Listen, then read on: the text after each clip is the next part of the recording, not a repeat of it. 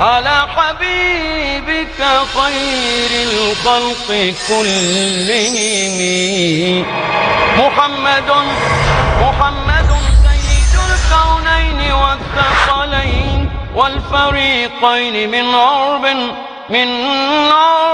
ومن عجم هو الحبيب الذي ترجى شفاعته. السلام علیکم ورحمۃ اللہ وبرکاتہ. وعلیکم السلام ورحمۃ اللہ وبرکاتہ. الحمد للہ رب العالمین والصلاة والسلام علی رسولہ الکریم وعلی آلہ وصحبہ اجمعین ومن تبعہ باحسان الی یوم الدین. اما بعد. محترم بھائیوں اور بہنوں، ایک مسلمان کے لیے ضروری ہے کہ وہ سنت کے مطابق اپنی زندگی بسر کرے. تمام معاملات، اخلاقیات اور عبادات سنت کی روشنی میں سنوارنے کی کوشش کرے. اسی میں ہمارے لیے خیر اور برکت ہے. سنت کے مطابق اگر ہم روزمرہ کی زندگی گزارنا چاہیں تو اس کے لیے حدیث کے بہت سارے ذخیرے اور مجموعے موجود ہیں. ان میں بہت ہی اہمیت اور شہرت اللہ تعالیٰ نے بلوغ المرام کو عطا فرمائی ہے. علامہ ابن حجر عسقلانی رحمۃ اللہ علیہ کا یہ انتخاب حدیث کا نسخہ اور مجموعہ ہے. اس میں روزمرہ کی زندگی میں پیش آنے والے بیشتر مسائل کا سنت کی روشنی میں حل بتایا گیا ہے. کوشش کریں کہ اپنی زندگی کے مسائل کو حدیث کی روشنی میں حل کریں، اس کے ساتھ مربوط کریں. اسی میں ہمارے لیے خیر اور اسی میں ہمارے لیے بھلائی ہے. نماز کے متعلق گزشتہ لیکچر میں ہم نے بہت ساری چیزیں کور کی ہیں. اب اس کا کچھ اور باقی حصہ جیسے مسافر کی نماز، مریض کی نماز اور اس سے متعلقہ جو امور ہیں اس پر انشاءاللہ تعالی اس وقت گفتگو کی جائے گی، کیونکہ دین اسلام سب کے لیے ہے، امیر کے لیے بھی، غریب کے لیے بھی، مقیم کے لیے بھی، مسافر کے لیے بھی، صحت مند کے لیے بھی، تندرست کے لیے بھی. ہر ایک کے لیے رولز اور ریگولیشن بتا دیے گئے ہیں. اگر ہم شریعت میں دیے گئے ان اصولوں اور قانون کو سامنے رکھیں تو کبھی مشکل نہیں ہوگی. مسافر کے لیے نمازوں میں ایک تو 4 رکعت والی نماز میں کٹوتی کر کے 2 رکعت رکھے گئے ہیں. ظہر، عصر اور عشاء اس میں وہ 2 رکعت پڑے گا. مغرب کی نماز میں کوئی قصر نہیں ہے. فجر کی نماز میں بھی چونکہ 2 ہی رکعت ہیں، 1 رکعت نہیں ہوگی. اسی طرح سے جمع بین الصلاتین، حسب ضرورت 2 نمازوں کے درمیان یعنی ظہر، عصر اور مغرب اور عشاء کے درمیان وہ جمع کر سکتا ہے. اگر اس جمع کے قاعدے قانون سے فائدہ اٹھایا جائے تو موجودہ دور میں جو لوگ بہت زیادہ سفر کرتے ہیں ان کو بارہا اس کا تجربہ ہوا ہوگا. کبھی ایئر سے جا رہے ہیں، پلین کا ٹائم ہے، کچھ آپ ظہر کی نماز تو پڑھ لی ہے ایئرپورٹ پر، عصر کا کیا کریں گے؟ اگر ظہر کے ساتھ عصر ملا کر پڑھ لیں تو وہ آپ کے لیے سفر بڑا آسان بن جائے گا، ورنہ نماز کے چھوٹنے کا خطرہ ہوتا ہے. اسی طرح سے مغرب کی نماز کے بعد اگر عشاء کی نماز پڑھ لی جائے تو بھی اس کے اندر سہولت ہے، لیکن یہ ضرورت کے مطابق. ایسے نہیں کہ خامخواہ آپ جمع کریں بلا ضرورت کے، جہاں ضرورت ہے وہاں جمع کرنے کی اجازت دی گئی. اور اسی طرح مسافر کے لیے بھی کھڑے ہو کر نہیں پڑھ سکتا، بیٹھ کر پڑھ لے گا، بیٹھ کر نہیں پڑھ سکتا، لیٹے لیٹے اشارے کے ذریعے سے پڑھے گا، مگر اس کے لیے اللہ تعالیٰ نے کافی سہولتیں رکھی ہیں. دیکھیے رسول اکرم صلی اللہ علیہ وسلم نے جو سہولتیں مقرر کی ہیں یہ ضروری نہیں ہے کہ آپ لازماً قصر کریں اور لازماً جمع کریں. اس کی اجازت دی گئی، یہ بہتر ہے قصر کرنا. لیکن بعض صورتوں میں اگر مسافر پوری بھی پڑھے تو اس میں کوئی حرج کی بات نہیں ہے. رمضان میں کہیں سفر کر رہا ہے، اس کو معلوم ہے کہ میں آرام سے روزہ رکھ سکتا ہوں اور کوئی میرے لیے پرابلم نہیں ہوگا، روزہ رکھ سکتا ہے. لیکن تنگی اور مشکل میں پڑھ کر روزہ رکھنا یہ غلط کہ آپ بھی مصیبت میں پڑ گئے اور دوسروں کو بھی آپ نے الجھن میں ڈال دی. یا بعض اوقات ایسٹ سے ویسٹ جاتے ہیں آپ لوگ تو سفر اس میں بڑا لمبا ہو جاتا ہے تو روزہ اسی حساب سے لمبا ہوگا. مثال کے طور پہ ایک آدمی اگر انڈیا یا پاکستان سے سحری کھا کر سفر شروع کیا اور وہ جا رہا ہے کہاں، لندن جا رہا ہے یا امریکہ جا رہا ہے، تو اب اس کا سفر اتنا لمبا ہو جائے گا، روزہ خاص طور پر. کیونکہ اب آپ جب قریب پہنچیں گے تو معلوم ہوا کہ ابھی وہاں سورج غروب ہونے کے لیے 6 گھنٹے باقی ہیں. یہاں افطار کا ٹائم ہو گیا اس کے حساب سے، اب وہاں تو 6 گھنٹے باقی ہیں. اب آزمائش میں پڑ گئے روزہ رکھ کر. اب کیا کریں گے؟ اب آپ گھڑی پہ گھڑی دیکھ رہے ہیں کہ 6 گھنٹے کب پورے ہوں گے، تو کیونکہ اس کا روزہ تو پھر پورا 20-22 گھنٹے کا بن گیا اس حساب سے. تو ایسی صورت میں کیوں خواہ آپ روزہ رکھیں؟ جب شریعت اس بات کی اجازت دے رہی ہے تو اس سے آپ سہولت سے فائدہ اٹھا سکتے ہیں. اپنے آپ کو تنگی اور مصیبت میں نہ ڈالیں. شریعت جس بات کی اجازت دے رہی ہے آپ اس سے فائدہ اٹھائیں. آگے دیکھیے کہ کب نبی صلی اللہ علیہ وسلم قصر کیا کرتے تھے سفر میں. ڈسٹنس، فاصلہ کتنا ہونا چاہیے، اس میں بھی بڑی گنجائش رکھی گئی ہے. عرف عام میں جس چیز کو آپ سفر سے تشبیہ دیں، سفر سمجھیں، تو وہ سفر ہے. اس کے لیے پراپر مائلیج کو تقسیم کرنا یہ ایسے نہیں حدیث میں بیان کیا گیا. صحابہ کرام نے اپنے اپنے مشاہدات بیان کیے. اپنے مشاہدات کا مطلب کیا ہے؟ کسی موقع پر دیکھا گیا کہ 3 میل سے آپ نے زیادہ کا سفر کیا، ہو سکتا 5 میل، 6 میل، 8 میل، 10 میل، یعنی اس سے زیادہ کا سفر، تو اس میں آپ نے قصر کیا، تو وہ صحابی نے وہی بات نقل کر دی. کبھی دیکھا گیا کہ نبی کریم صلی اللہ علیہ وسلم نے 15-16 میل کا سفر کیا، اس میں قصر کیا، دوسرے صحابی نے وہ واقعہ نقل کیا. تو یہ جو مسافت کے بارے میں مختلف اقوال ہیں صحابہ کرام کے، یہ ایک دوسرے کو کنفلکٹ نہیں کر رہے ہیں. اپنا اپنا تجربہ بیان کیا جا رہا، اپنا اپنا مشاہدہ بیان کیا جا رہا. اسی لیے اس میں سب سے آسان رائے جو دی جاتی ہے وہ یہی کہ جس کو آپ سفر سمجھیں، اپنے شہر سے باہر نکل کر جس کو سفر کنسیڈر کریں، وہ سفر ہے. اور اس میں آپ قصر وغیرہ کے جو مسائل ہیں اس کو اپلائی کر سکتے ہیں. بعض لوگ اتنا مائلیج کے بارے میں کہ 47 ہوا کہ 46 ہوا، آدھا میل زیادہ ہوا کہ آدھا میل کم ہوا، کیونکہ اس کے بغیر گویا قصر نہیں ہو سکتی. آپ اپنے آپ کو تنگی اور مشکل میں ڈال رہے ہیں. جیسے اب دیکھیے یہ مسلم شریف کی حدیث ہے. ان انس رضی اللہ تعالی عنہ قال، حضرت انس رضی اللہ عنہ بیان فرماتے ہیں، کان رسول اللہ صلی اللہ علیہ وسلم اذا خرج مسیرۃ 3 امیال او 3 فراسخ صلی رکعتین، کہ رسول اکرم صلی اللہ علیہ وسلم اگر 3 میل یا 3 فرسخ وہاں پر جاتے تو آپ کیا کرتے؟ قصر کیا کرتے تھے. اگر 3 میل کو لے لیا جائے تو بہت کم ڈسٹینس بنا، اور اگر 3 فرسخ کو لے لیا جائے تو فرسخ ہوتا ہے 3 میل کا عام طور پر. یوں سمجھ لیجئے کہ 3 فرسخ کا مطلب کتنا ہوا؟ 9 میل. اس پر بھی قصر کی نماز ہو سکتی ہے. تو یہ وہ بعض لوگ جو 45 46 کی لازمی شرط رکھتے ہیں، دونوں معنوں کی صورت میں یہاں گنجائش نکل رہی ہے. فرسخ کو بھی اگر آپ لے لیں پھر بھی 10 میل کے اندر کا فاصلہ وہ بنا. اس لیے جو لوگ یہ رائے دیتے ہیں کہ عرف عام میں جس کو آپ سفر سمجھیں، اب جیسے کوئی آدمی رہ رہا ہے سمجھیے لندن میں، کوئی رہ رہا ہے نیو یارک میں، کوئی رہ رہا ہے بمبئی میں، کوئی کراچی میں رہتا ہے، تو وہاں روزانہ ٹریولنگ تو 10 میل سے زیادہ ایک آدمی کرتا ہوگا. جو کام کرنے والے ہیں اپنے گھر سے آفس میں جانے اور واپس آنے کا جو ہے روزانہ ان کو 20 میل سے زیادہ کا چکر پڑ جاتا ہے. تو وہ ہیں اپنے شہر ہی میں، تو کیا وہ قصر کریں گے؟ نہیں کر سکتے، کیونکہ آپ اپنے شہر میں ہیں. اگرچہ کہ گھر سے آفس کا فاصلہ آپ کے تقریباً 10 میل سے زیادہ ایک طرف کا بن رہا ہے، تو وہ آپ قصر نہیں کر سکتے، کیونکہ قصر اس وقت ہوگا جب آپ اپنے شہر سے باہر نکل گئے. کوئی آدمی بمبئی چھوڑ کر باہر نکل گیا، دوسرے علاقے کو گیا، اور اس کا اتنا ڈسٹینس ہو رہا ہے تو پھر وہ مسافر کنسیڈر ہوگا. کوئی کراچی چھوڑ کر باہر نکل گیا اور وہ پھر 12 میل یا اس سے زیادہ کا بن رہا ہے تو وہ مسافر بن سکتا ہے. لیکن کراچی شہر کے اندر ہی رہے تو وہ لوگ کام کرنے کے لیے روزانہ ان کو 15-20 میل کا سفر تو عام طور پہ کرنا پڑتا ہے. تو اس کو مسافر نہیں کہا جائے گا، کیونکہ وہ اپنے خود علاقے کے اندر ہے. تو بعض بڑے شہروں میں اس طرح کے حالات پیدا ہو سکتے ہیں. تو عرف عام میں جس کو آپ مسافر سمجھیں تو آپ اس پہ سفر کے جو رولز ہیں وہ پورے اپلائی کر سکتے ہیں، قصر وغیرہ.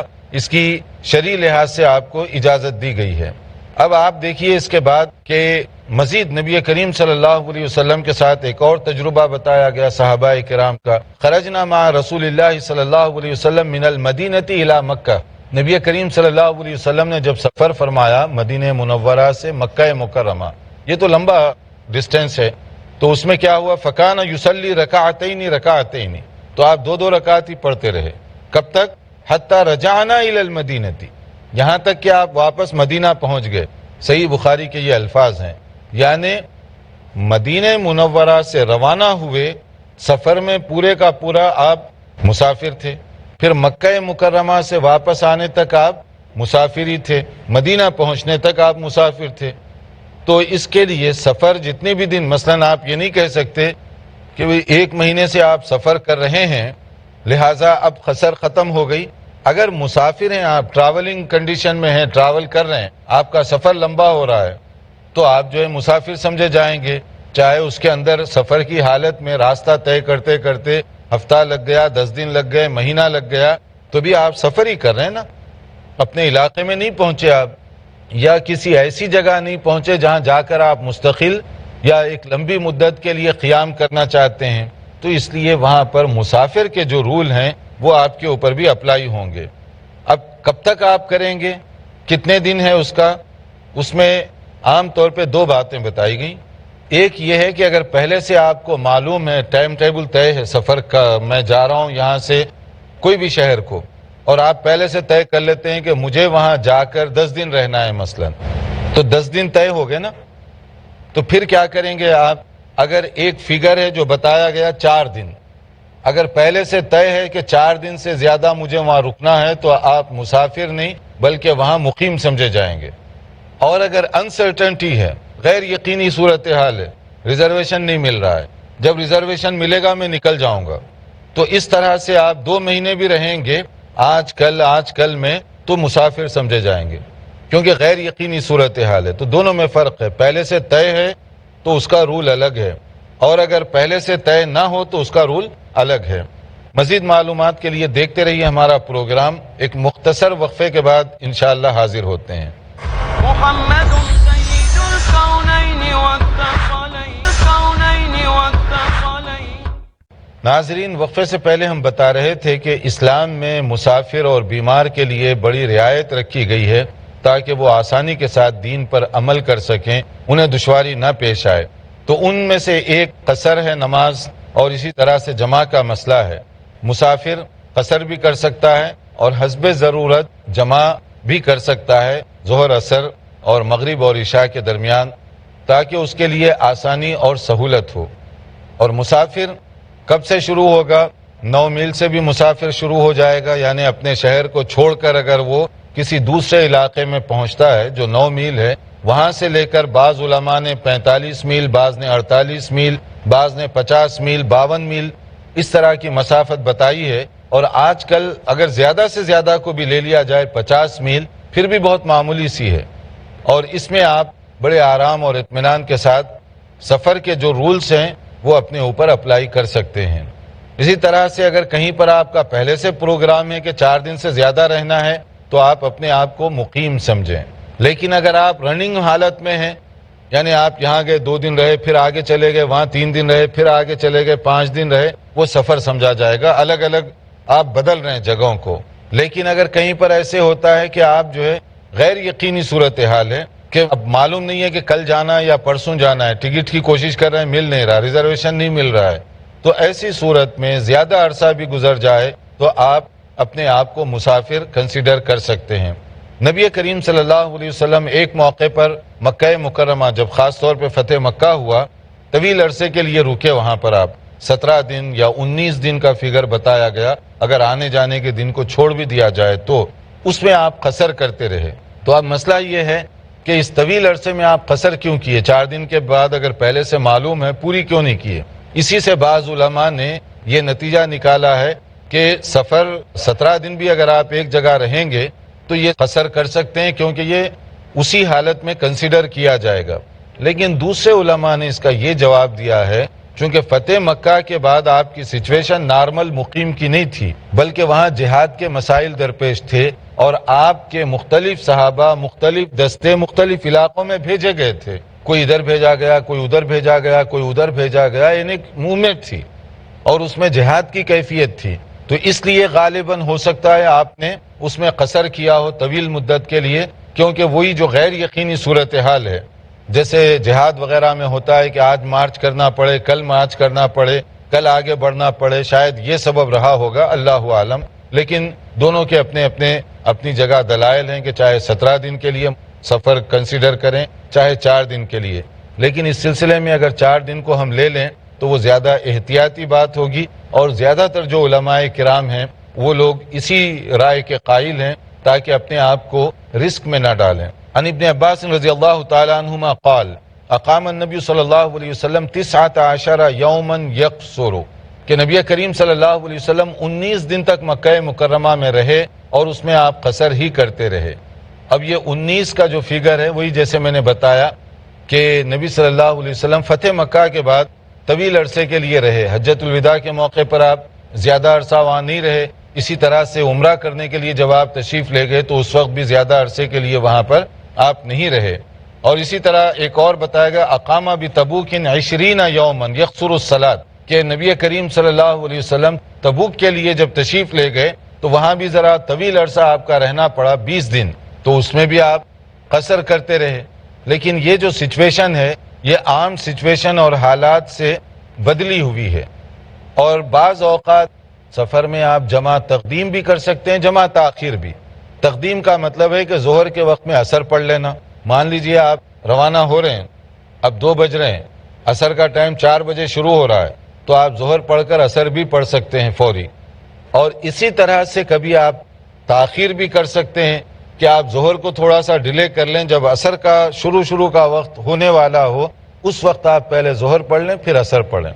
جمع بین الصلاتین دونوں طرح سے جائز ہے، جیسے کہا گیا ان انس رضی اللہ تعالیٰ عنہ قال، حضرت انس رضی اللہ عنہ بیان فرماتے ہیں کان رسول اللہ صلی اللہ علیہ وسلم اذا ارتحل قبل ان تزیغ الشمس اخر الظہر الى وقت العصر، کہ جب رسول اکرم صلی اللہ علیہ وسلم اس وقت تشریف لے جاتے جب زوال کا وقت ہوتا، یا زوال سے پہلے جیسے آپ سمجھ لیجئے کہ ابھی زوال ہونے والا ہے، 1 گھنٹہ رہ گیا، آدھا گھنٹہ رہ گیا، ایسی صورت میں آپ کیا کرتے، ظہر کی نماز لیٹ پڑھتے، سفر شروع کر دیتے اور تھوڑی دیر چلنے لگتے، پھر کچھ دیر چلنے کے بعد ثم نزل فجمع بینہما، یعنی وہاں کہیں پر رک کر دونوں میں جمع کر لیتے۔ فاذا زاغت الشمس قبل ان يرتحل صلى الظہر ثم رکب، اور کبھی ایسے ہوتا کہ زوال ہو جاتا، اب جب زوال ہو جاتا تو پہلے گھر سے پڑھ کے، یعنی جہاں بھی آپ ہوتے وہاں سے پڑھ کر ظہر کی نماز، پھر اس کے بعد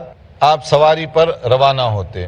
یا اسی طرح سے کبھی ایسے بھی ہوتا صلی الظہر والعصر ثم رکبا، ظہر کی نماز پہلے پڑھ لیتے پھر عصر کی پڑھ لیتے، ابھی سفر شروع نہیں ہوا، آپ اپنے علاقے میں ہیں، ظہر کی نماز پہلے پڑھ لیں، اس کے بعد عصر پوری پڑھیں گے، کیونکہ ابھی جو ہے آپ قصر نہیں شروع کریں گے کیونکہ سفر نہیں شروع ہوا، لیکن نماز پوری دونوں پڑھ سکتے ہیں، ظہر کی پڑھیں گے پھر اس کے بعد آپ فوری عصر کی نماز پڑھ لیں، پھر اپنا سفر شروع کریں۔ یہ دونوں طرح سے آپ گنجائش ہے اور دونوں طرح سے اس کی اجازت دی گئی ہے تاکہ سفر کے دوران آپ کو کسی طرح کی پرابلم نہ ہو۔ غزوہ تبوک کے موقع پر جیسے بعض صحابہ بتاتے ہیں، معاذ ابن جبل رضی اللہ تعالی عنہ، حضرت معاذ بن جبل بیان فرماتے ہیں خرجنا مع النبی صلی اللہ علیہ وسلم فی غزوۃ تبوک، ہم غزوہ تبوک کے موقع پر رسول اکرم صلی اللہ علیہ وسلم کے ساتھ روانہ ہوئے۔ فکان یصلی الظہر والعصر جمیعا، نبی صلی اللہ علیہ وسلم ظہر اور عصر ملا کر پڑھا کرتے تھے، یہ صحیح مسلم کی حدیث ہے۔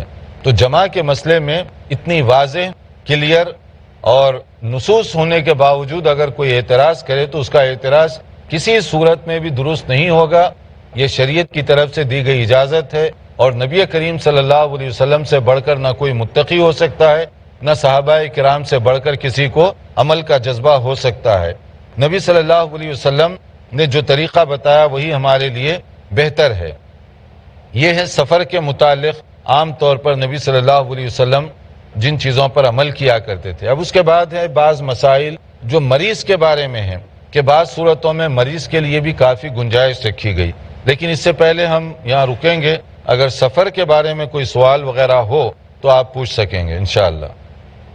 آپ پوچھنا چاہتے ہیں؟ جی، جیسا مجھے پتا ہے کہ مجھے 4 دن سے زیادہ ٹھہرنا ہے کسی جگہ پہ، تو میں شروع کے 4 دن قصر کروں یا شروع کے پہلے دن سے قصر نہ کروں؟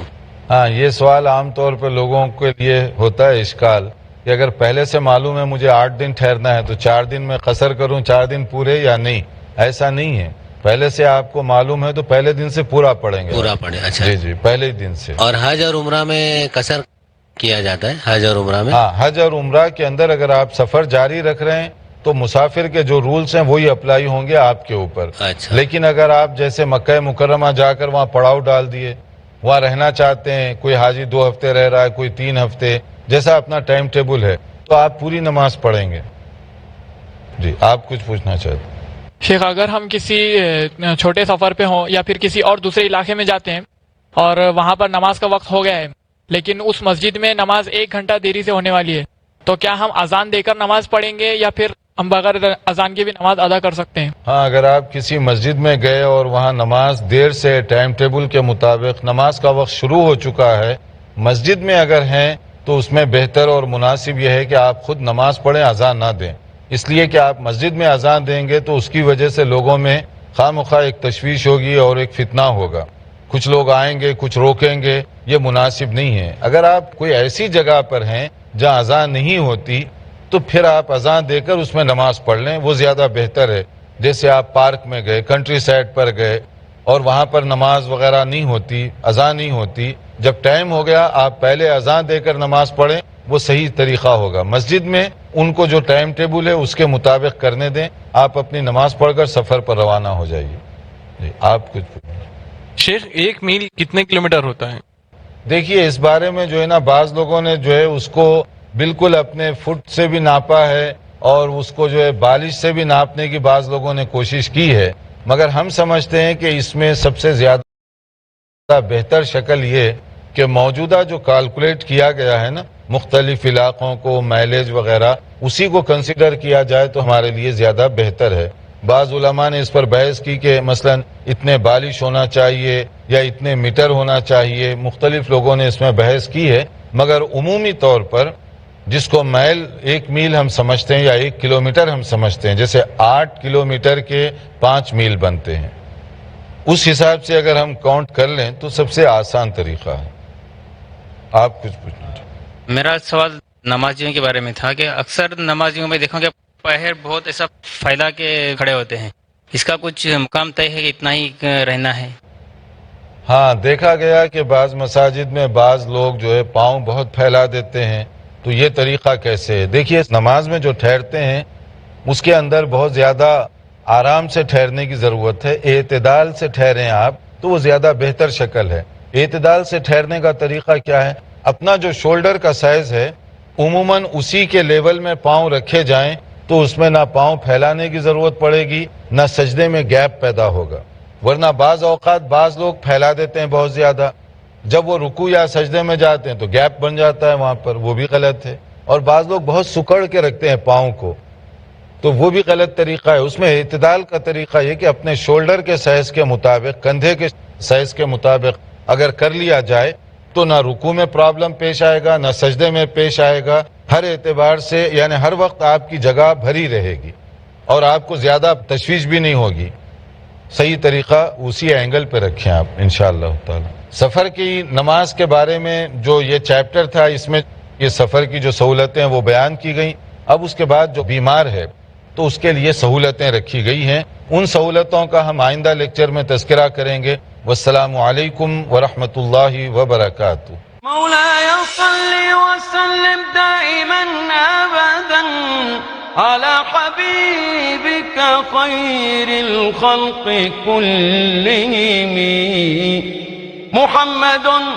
محمد سيد الكونين والثقلين والفريقين من عرب ومن عجم، هو الحبيب الذي ترجى شفاعته، هو الحبيب الذي ترجى شفاعته لكل هول من الأهوال مقتحم.